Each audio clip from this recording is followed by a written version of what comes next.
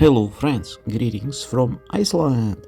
Here you see Blue Lagoon from the air. This is how Svartsengi lava fields look like. Svartsengi means black meadow in Icelandic, and it is a lava field a few thousand years old. In the middle of this lava field we have artificial spa, call it Blue Lagoon. The water in Blue Lagoon comes from geothermal power plant. This is not as spring water. It is being extracted at the nearby geothermal power plant, which produces electricity and hot water for the nearby communities, especially for the international airport at Keflavik. Electricity is generated from steam. Very powerful steam flow rotates the turbines and generates electricity. 30% of Iceland's electricity is generated this way. The other 70% is generated from hydropower. So actually it is a byproduct water. Still, by accident it became a very popular spa. People started bathing in those pools and they noticed its healing properties for the skin it has, and it became one of 14 wonders of the world. And this is how it looks these days.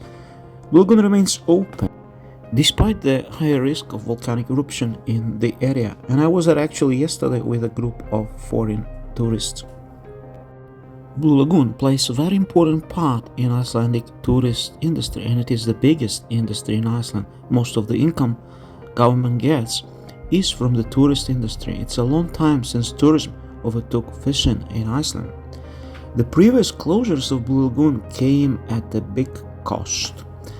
As you know, we had 2 volcanic eruptions already in the area, and Blue Lagoon had been closed for a long time.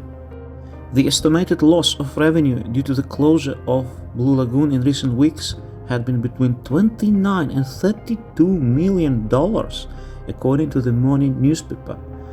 During the most recent seismic unrest and the volcanic eruptions, the Blue Lagoon had been closed altogether for about 7 weeks, with the exception of 2 days. For the first time in history, operations at Iceland's most visited spa had been closed on November 8th following a major earthquake in the area.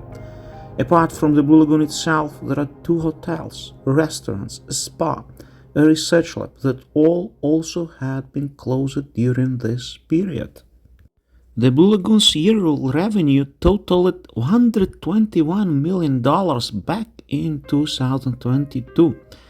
And according to the morning newspaper, the Blue Lagoon's income had increased further last year, up to $134 million only in the first 10 months of the previous year. However, the taxes in Iceland are not small. The estimated tax bill on Blue Lagoon operations is almost $145,000 per day, according to the calculations by morning newspaper. The Blue Lagoon had been closed altogether for over 50 days.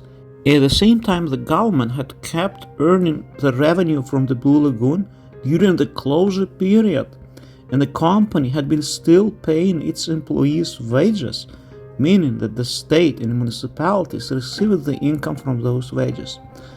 This somewhat reduced the government's losses. About 800 people are working for the Blue Lagoon. The company is the largest employer on Reykjanes Peninsula. And as you can imagine, the new eruption in the area might lead to a new closure of this famous spa, bringing higher losses measured in millions of dollars.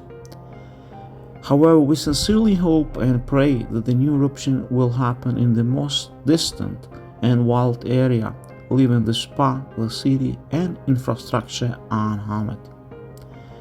Peace and blessings from Iceland, and enjoy the footage. Right now we are flying above the protection walls which had been constructed around Blue Lagoon and geothermal power plant. And a bit further you will see the new lava fields which erupted in December and in January. All the best.